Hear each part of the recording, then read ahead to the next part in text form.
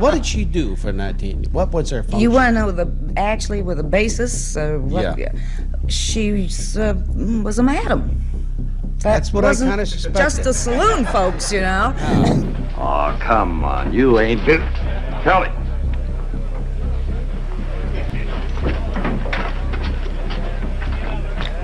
You heard the lady. You're sure of something, ain't you? Suppose you go back and join your friends. Welcome back. After all the time you shouldn't have taken.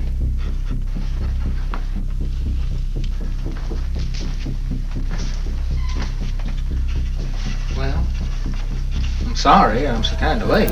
This is the real reason why the main characters left Gunsmoke. Dennis Weaver walked away from steady money and fame because staying one more year meant dying as Chester Goode forever. Whereas Chester needed a certain kind of acceptance, this man is a loner. Chester was a follower, this man is a leader. Chester was a watcher, this man's a doer. Amanda Blake drove herself sick for 19 years before her body finally forced her to choose between the show and survival. Can you point the way to Dodge City? Let's back up this road. Most of the day by wagon, but you'll make a lot better. But the real story was about a network that kept everyone in the dark while planning to kill the longest-running Western in television history without even telling the cast they were done. What happened behind the scenes of Gunsmoke made the shootouts on screen look tame. So let's get into it. James Arness showed up for rehearsals in 1955 whistling. Just casual whistling while running lines.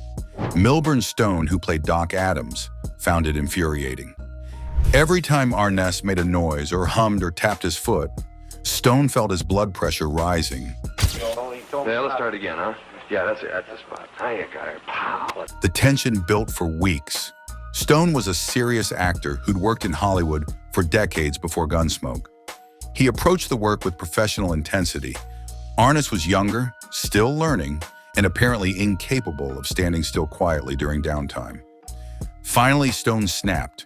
He confronted Arness directly, telling him exactly how his behavior was disrupting rehearsals and making it impossible to concentrate. No, there is no use trying to get through to an idiot unless you can talk idiot like... The confrontation could have ended the show before it really began. If the two lead actors couldn't work together, CBS would have replaced one or both of them. Arness stopped whistling. More importantly, he started paying attention to how his behavior affected the people around him. Stone recognized that Arness wasn't being deliberately disrespectful. He was just young and didn't understand professional set etiquette yet. Over the following months, something unexpected happened. The tension transformed into respect. Stone saw how seriously Arness took the role of Matt Dillon, how he studied his lines and worked to improve his performance, how he showed up every day ready to work regardless of how he felt. Get down off the wagon slowly. What for? You're going to jail for the murder of Bill Grade. Arness recognized Stone as someone who understood the craft on a deeper level, someone who'd been through enough productions to know what separated good work from great work. He started watching how Stone prepared for scenes and approached his character. Well, I was just out there on Front Street. I didn't see any signs of a revolution out there. You know, you haven't got the faintest idea what I'm... By the end of the first season, they'd become friends. Not just co-workers who tolerated each other, but actual friends who respected each other's abilities. Stone later admitted that the initial conflict had been growing pains, the natural friction that happens when strong personalities learn to work together.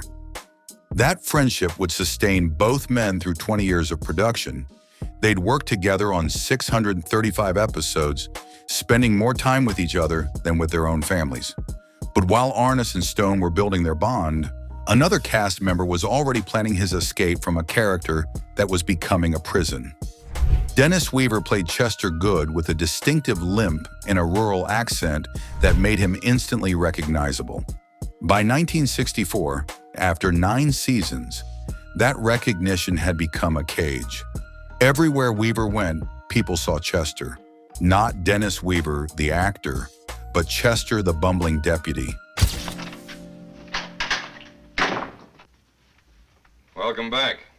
After all the time you shouldn't have taken.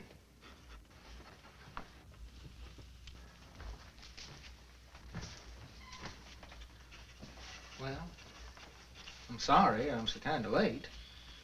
Hollywood casting directors saw the same thing. When Weaver auditioned for other roles, they couldn't see past the limp and the accent. He was being offered more Western sidekick parts, more variations on the same character he'd been playing for nearly a decade. Weaver made the decision to leave while Gunsmoke was still successful. The show had strong ratings. His character was popular with audiences. Walking away from steady work and good money was risky, but staying meant accepting that Chester Goode would define his entire career. CBS tried to convince him to stay. They offered more money. They promised to develop his character in new directions. But Weaver understood that as long as he was on Gunsmoke, he'd always be the deputy, always the sidekick, never the lead. Whereas Chester needed a certain kind of acceptance, this man is a loner. Chester was a follower, this man is a leader. Chester was a watcher, this man's a doer. The decision infuriated Milburn Stone. Stone viewed Gunsmoke as an opportunity that actors should be grateful for. Steady work in Hollywood was rare. Most actors spent more time unemployed than working. To Stone, Weaver was throwing away something valuable because of ego. Stone's comments about Weaver not appreciating what he had reached the press. The implication was clear. Weaver was ungrateful and didn't belong in the entertainment business if he couldn't recognize how good he had it. The public criticism stung, but Weaver stuck to his decision. Leaving Gunsmoke didn't immediately solve Weaver's typecasting problem. He struggled to find substantial roles for several years. Directors still saw Chester when they looked at him. It took time and persistent effort to convince Hollywood he could play different types of characters. Eventually, Weaver landed McCloud in 1970, playing a New Mexico marshal transferred to New York City. Well, it's basically a guy from New Mexico, a deputy marshal, who gets stationed in New York City. You take the country boy and put him in a very complicated metropolitan kind of environment. And the show ran for 7 seasons and proved Weaver had been right to leave Gunsmoke. But Stone's bitterness about actors abandoning the show was just beginning, and his next target was already planning her own exit for very different reasons. Amanda Blake drove from her home in Arizona to the Gunsmoke set in California every week for 19 years. The commute alone would have exhausted most people. Blake did it while maintaining the demanding schedule of a television series that filmed multiple episodes simultaneously. The drive took hours each way. Blake would leave Arizona Sunday night or Monday morning, arrive exhausted in California, work all week filming, then drive back Friday night or Saturday morning, every single week, for 19 years. The math was staggering. Thousands of hours spent behind the wheel just to get to work. Can you point the way to Dodge City? Let's back up this road. Most of the day by wagon, but you'll make a lot better. By 1974, the physical toll had become impossible to ignore. Blake was constantly tired. The driving drained her energy before she even arrived on set. She'd spend all week filming, then drive back to Arizona for a brief weekend before starting the cycle again. The schedule left no time for anything else. No time to pursue other projects. No time to rest properly. No time to have a life outside of Miss Kitty Russell. Blake had played the saloon owner for 19 years, appearing in more episodes than any other female cast member in television history. Exactly what did Kitty do at the Long Branch Saloon? You mean... I never had understood that. You didn't understand that? No. I always thought she, I wondered about Her relationship with Milburn Stone, who'd been so vocal about Dennis Weaver's departure, had started rocky years earlier. Blake reportedly disliked him during the early seasons. Stone was demanding and critical, especially about actors he felt weren't taking the work seriously enough. Stone had no idea Blake disliked him. He continued working alongside her for years, completely unaware of her feelings. The professional relationship functioned because Blake kept her personal opinions private and focused on doing her job. Over time, their relationship improved. As they spent more years working together, Blake came to understand Stone's perspective. His criticism came from caring about the show, not from personal malice. Stone softened as well, recognizing that Blake's commitment to Miss Kitty matched his own commitment to Doc Adams. Oh, Doc's all right, Kitty. Where is he? Well, he's out in the country trying to keep an outlaw. By the time Blake decided to leave, she and Stone had become close friends. But friendship wasn't enough to make the commute sustainable anymore. Blake's health was suffering. She needed to stop the weekly drives before they destroyed her completely. CBS didn't want to lose Miss Kitty, but Blake was firm. The character who'd been part of Dodge City since the beginning was about to disappear, leaving Stone as one of the few original cast members still standing alongside Arness. Milburn Stone believed in the work above everything else. He'd been acting since the 1930s, working his way through countless films and television shows before landing the role of Doc Adams.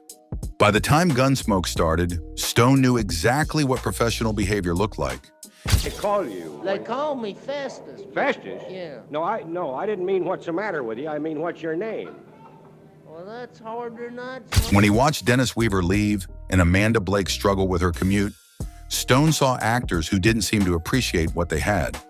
Weaver wanted to leave a successful show to chase other opportunities. Blake complained about driving.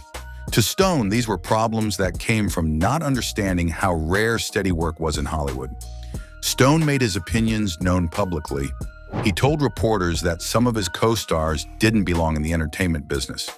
He suggested they were squandering opportunities that thousands of other actors would kill for.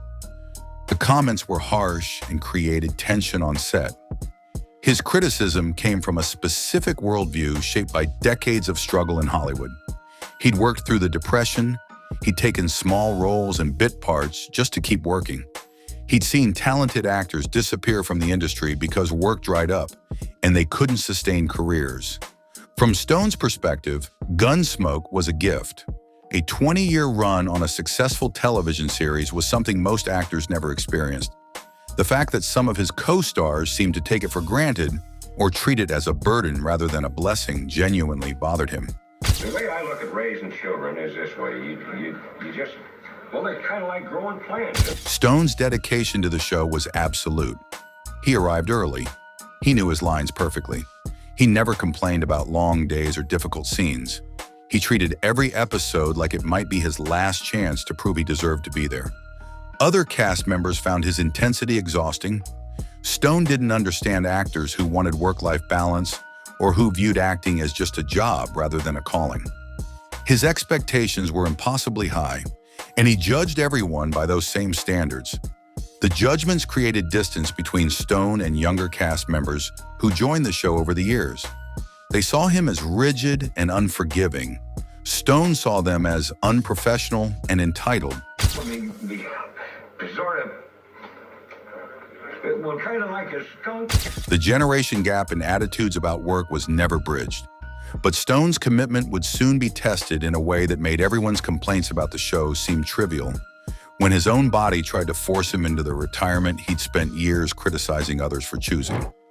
James Arness appeared in all 635 episodes of Gunsmoke, every single one. For 20 years, he was Marshal Matt Dillon without interruption.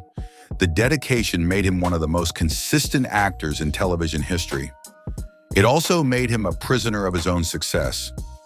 Arness couldn't take on film roles during the television season. He couldn't disappear for months to work on other projects. His entire career became built around being available for Gunsmoke. Every decision about what roles to accept or decline had to account for the show's filming schedule. The consistency provided financial security that most actors never achieved. Arness knew exactly where he'd be working and how much money he'd make for 2 decades. But that security came at the cost of creative exploration. In interviews, Arness described the experience as both blessing and burden.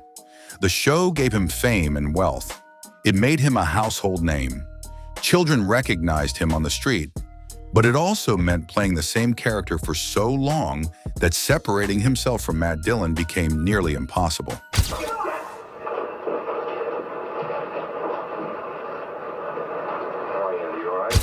Unlike Dennis Weaver, Arness never seriously considered leaving.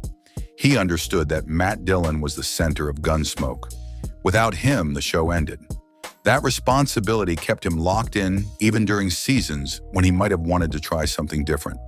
Arness watched co-stars come and go. Chester left. Kitty left. New characters were introduced to fill the gaps. But Matt Dillon remained constant, the one element that CBS would never allow to change. The physical demands never decreased. Westerns required horse riding, fight scenes, outdoor filming in difficult conditions. Arness did those stunts and scenes year after year, his body absorbing the cumulative damage of 2 decades playing a physically demanding role. By the final season, Arness was 52 years old and still performing many of his own stunts.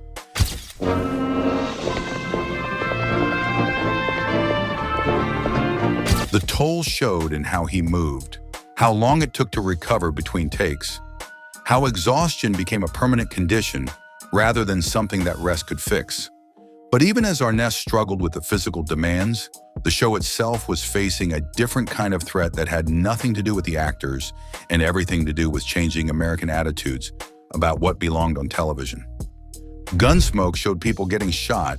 It depicted fistfights that left men bloody and broken.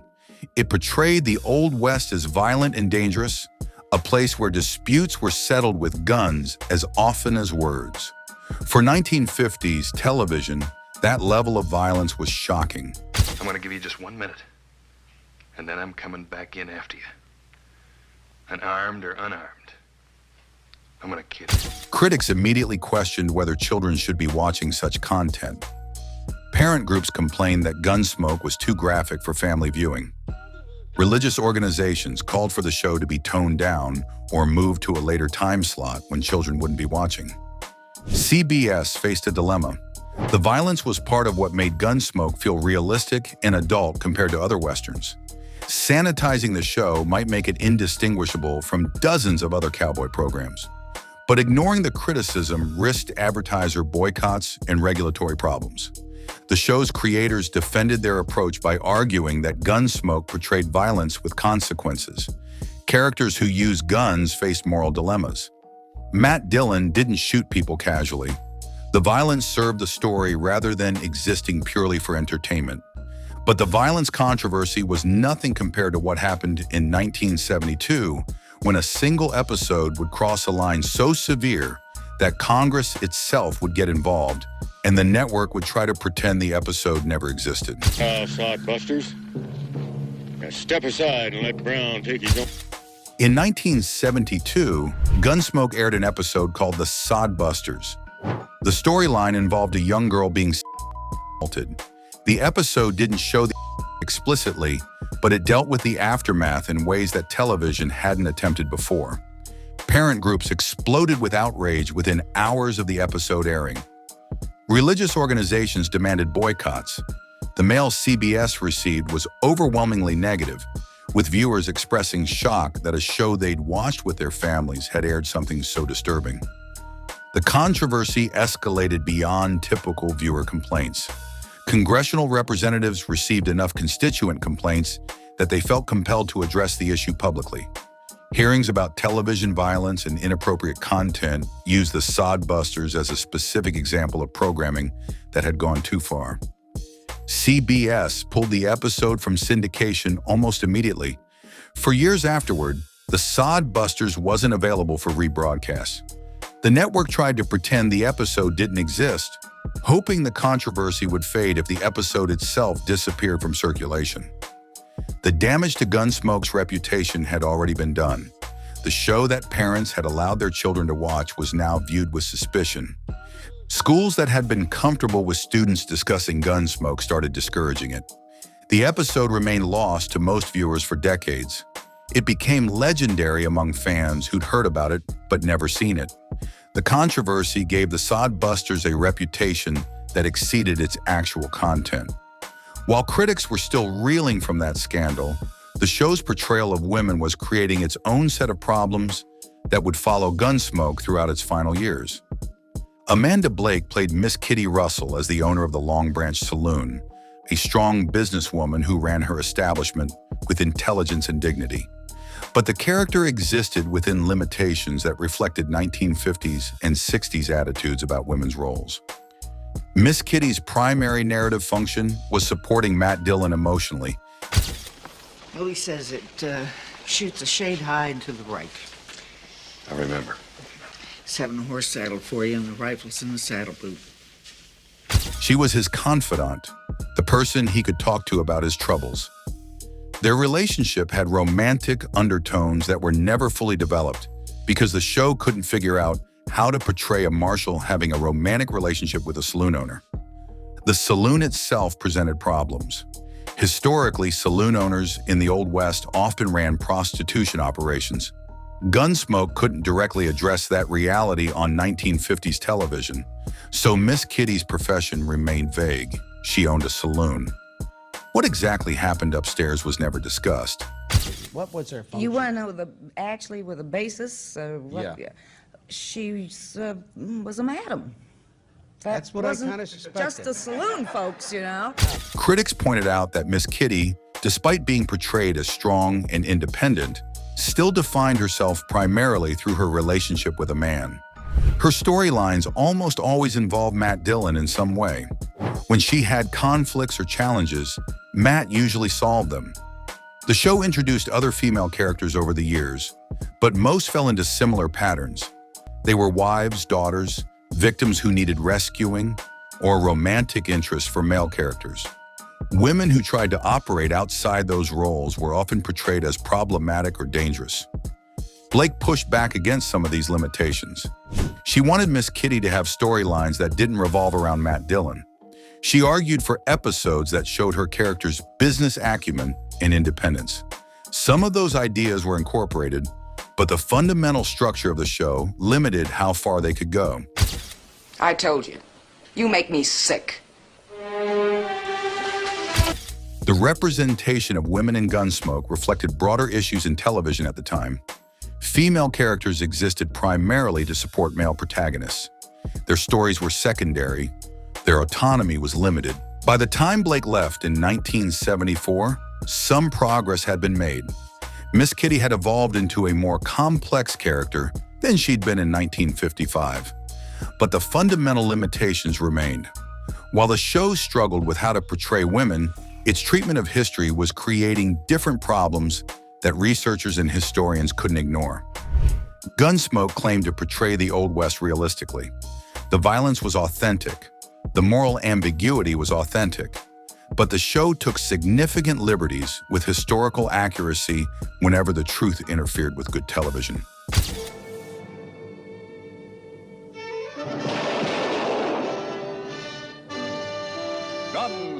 Native American characters were particularly problematic.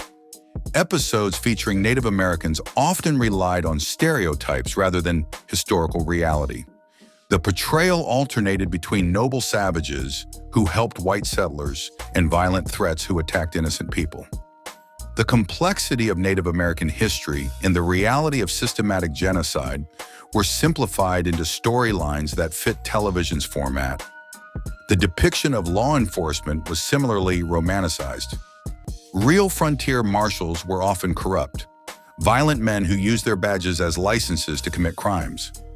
Matt Dillon was portrayed as fundamentally good, a man who used violence only when absolutely necessary and always struggled with moral questions. Oh, come on, you ain't been... Tell it.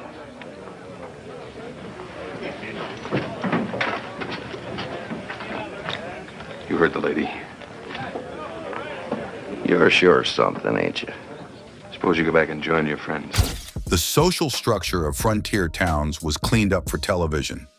Gunsmoke portrayed Dodge City as a rough but basically decent community where good people worked together to maintain order. The historical inaccuracies might have remained just an academic concern, except the show's massive popularity meant millions of Americans were forming their understanding of the Old West based on Gunsmoke's distorted version. Meanwhile, behind the scenes, the show was surviving not because of quality or ratings, but because of a bizarre corporate war between networks that had nothing to do with the actual content being produced. By the mid-1960s, Westerns were losing their dominance on television. Viewer preferences were shifting toward different genres. CBS looked at Gunsmoke's ratings and saw a show that had peaked and was now declining. Cancellation seemed like the logical business decision, but NBC had Bonanza, another Western facing similar challenges. The two networks were locked in competition for viewers. If CBS canceled Gunsmoke while NBC kept Bonanza running, viewers who still wanted Western content would switch networks. My name's Ulysses S. Grant.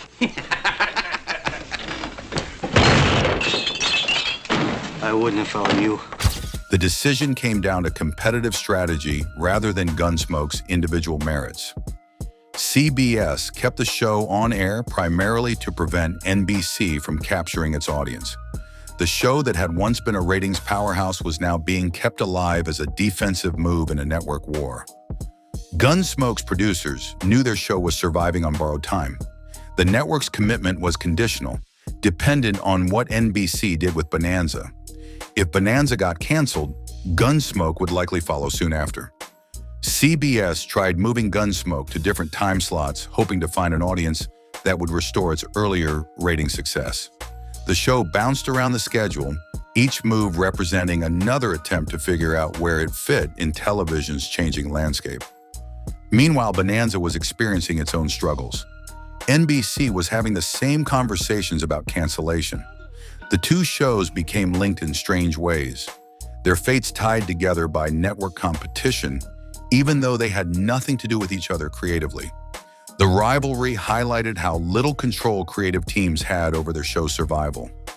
Gunsmoke was being kept alive or threatened with cancellation based on factors completely external to the quality of episodes being produced.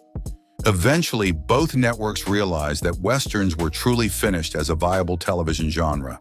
The audience had moved on, but the competitive dynamic meant that neither network wanted to be the first to admit defeat by canceling their Western flagship. The network war kept Gunsmoke alive for years longer than it probably would have survived otherwise.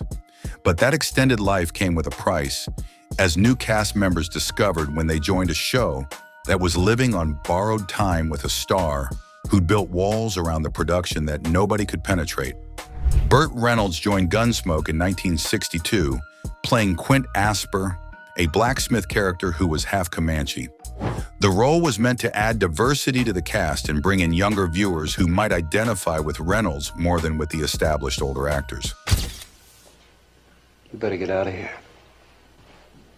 Oh, you're giving orders too, huh? Well, that makes sense. You're two of a kind. Reynolds lasted 3 years before leaving. The official explanation was that he wanted to pursue film opportunities in Hollywood. The truth was more complicated. Reynolds clashed with producers over how his character was being developed and how Native American heritage was being portrayed. Quint Asper existed in an uncomfortable middle ground. He was Native American enough to face discrimination from white characters, but not Native American enough to actually explore that identity meaningfully. Reynolds felt the character was neither fish nor fowl, serving no real narrative purpose beyond checking a diversity box. Creative differences extended beyond just his character. Reynolds had opinions about scripts and storylines that producers weren't interested in hearing. He was young and still establishing himself in Hollywood. The Gunsmoke production team had been working together for years and didn't appreciate a newcomer trying to influence creative decisions. The relationship between Reynolds and the rest of the cast was cordial but never warm. He was the new guy trying to fit into an established group that had strong bonds. James Arness was professional but distant. Milburn Stone barely tolerated him.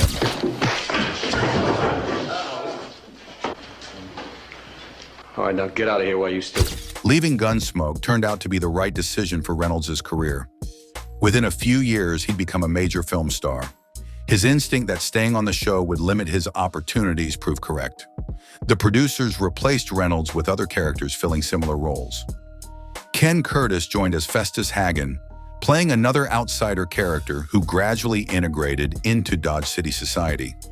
The pattern repeated with other cast additions over the years. Reynolds' brief tenure became a footnote in Gunsmoke history. His 3 seasons were overshadowed by the 20-year runs of the core cast. But his experience trying to penetrate the closed production environment revealed something about how Gunsmoke operated that explained why Arness had implemented policies that kept the outside world at bay. James Arness implemented a strict policy banning press from the Gunsmoke set. Reporters couldn't visit during filming. Journalists couldn't interview cast members on location. The set became one of the most closed-off productions in television. The policy was unusual for television at the time. Most shows welcomed press coverage as free publicity. Studios encouraged reporters to write about productions because it built audience interest. But Arness wanted complete privacy and had enough clout to enforce it. CBS supported the ban, despite it making publicity more difficult. Getting interviews with cast members required scheduling them separately from filming. Behind-the-scenes footage that other shows provided freely wasn't available for Gunsmoke. The press ban created resentment among entertainment journalists. They felt Arness was being difficult for no good reason. The policy made covering Gunsmoke harder than covering any other show. Some reporters responded by writing less favorable coverage or focusing on shows that were more accommodating. Cast members weren't consulted about the policy. Arness implemented it, and everyone else had to live with it. Some actors would have preferred more press access because it helped their individual careers. But Arness valued privacy over publicity. The reasoning behind the ban was never fully explained. Arness gave vague answers about wanting to maintain focus during filming and not wanting distractions. But other shows managed press access without those problems. Over time, the press ban became part of Gunsmoke's identity. The show that portrayed frontier justice was produced in secrecy. The disconnect between the public-facing product and the closed-off production process created its own mystique. The policy lasted throughout the show's entire run. Even as television production became more open and behind-the-scenes coverage became standard, Gunsmoke remained sealed off. But while Arness was busy keeping reporters out, he couldn't control what was happening to his own body during serious scenes. A problem that disrupted filming in ways that no press ban could hide from the cast and crew who had to work around it. James Arness had a strange problem that disrupted filming regularly throughout Gunsmoke's entire run. During serious scenes, he would sometimes break into uncontrollable laughter. Not quiet chuckling that could be edited around. Full giggling fits that made finishing takes impossible. The giggling usually happened during the most dramatic moments. A scene where Matt Dillon was confronting a killer or dealing with a tragedy would suddenly stop because Arness couldn't keep a straight face. Directors learned to anticipate it but could never predict when it would happen. Other actors found it frustrating. They'd be fully invested in an emotional scene, giving their best performance, and Arness would start laughing. The moment would be ruined. They'd have to reset and start over, trying to recapture the same emotional intensity. Milburn Stone was particularly annoyed by the giggling. Welcome back. After all the time you shouldn't have taken.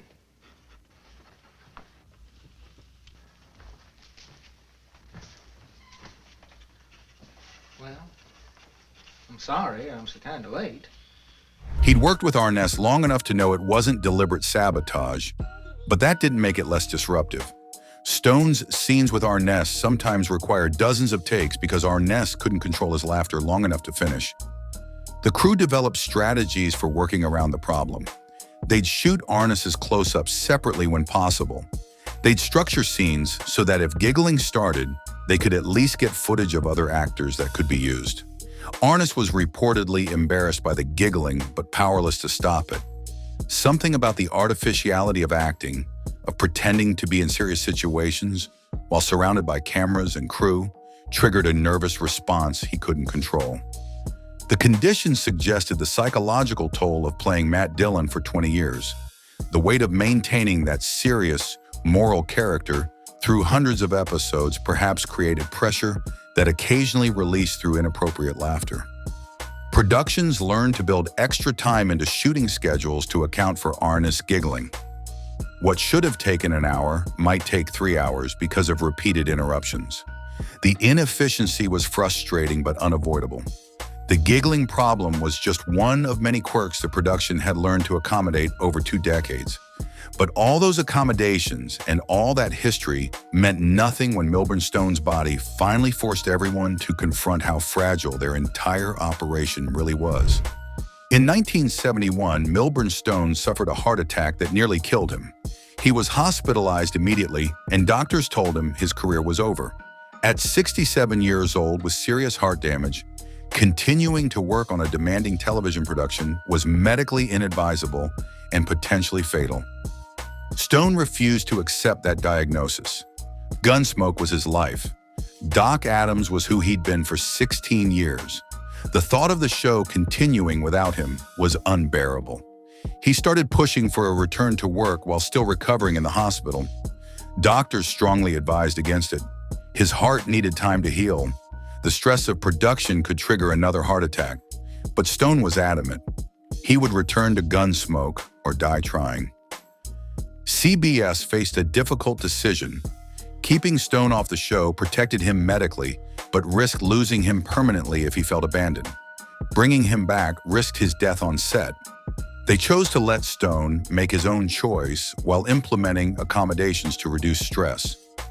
Stone returned to Gunsmoke in 1972 after missing several episodes. His absence had been written into the show as Doc Adams being away from Dodge City. When he came back, it was treated as the character returning rather than acknowledging the real-world medical crisis. The return wasn't easy. Stone tired quickly. Long filming days exhausted him in ways they hadn't before the heart attack. But he refused to complain or ask for special treatment beyond what the production team offered proactively. Cast members watched Stone carefully, worried that he'd push himself too hard and trigger another heart attack.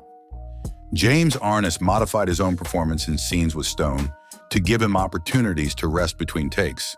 Stone made it through the final 4 seasons of Gunsmoke. He appeared in the last episode in 1975, fulfilling his determination to stay with the show until the end. The heart attack that should have ended his career became just another obstacle he survived through sheer refusal to quit. But Stone's determination to stay until the end meant he'd be there to experience the most shocking betrayal in television history when CBS finally decided how Gunsmoke would die. In 1975, CBS decided to cancel Gunsmoke. The decision came from network executives looking at ratings and demographics and deciding the show no longer fit their programming strategy. What happened next shocked everyone involved with the production. CBS didn't tell the cast or crew that the show was being canceled. They let everyone believe another season was possible. Scripts were being developed for what would have been season 21. Actors made plans based on assuming Gunsmoke would continue. The announcement came suddenly and without warning. CBS informed the production that the current season would be the last. There would be no final season to wrap up storylines. No opportunity to write a proper conclusion. James Arness found out about the cancellation the same way the rest of the cast did, through official notification after the decision was final. There was no consultation with him about whether the show should continue. No discussion about creative ways to refresh the format. The cast and crew were shocked and angry. 20 years of work ended with a corporate memo. People who dedicated significant portions of their careers to Gunsmoke were given no advance warning and no explanation beyond ratings and demographic shifts. Milburn Stone, who'd criticized Dennis Weaver and Amanda Blake for leaving the show, now understood what it felt like to have the decision taken out of his hands. The man who'd valued Gunsmoke above everything else was being told it no longer mattered. The final episode aired on March 31st, 1975. It wasn't written as a series finale because nobody knew it would be the last episode. The storyline was just another Gunsmoke adventure with no special significance. Fans were equally blindsided. One week Gunsmoke was on television, the next week it was gone. There was no farewell season or final episode marketed as the end of an era. The cancellation was handled with such poor communication that many viewers didn't realize the show had been canceled until they noticed it wasn't on the schedule anymore. The abrupt ending created lasting bitterness among cast members. They'd given CBS 20 years of successful television and received no respect or consideration in return. The way the cancellation was handled demonstrated how little networks valued the people who actually made their shows. Arness never worked with CBS again after Gunsmoke ended. Stone died 5 years later, still bitter about how the show had been treated. The cast members who'd left early had been right all along. Gunsmoke was never about loyalty or appreciation. It was business, and when the business case disappeared, so did everything else. Anyway, that's it for the video, folks. Bye.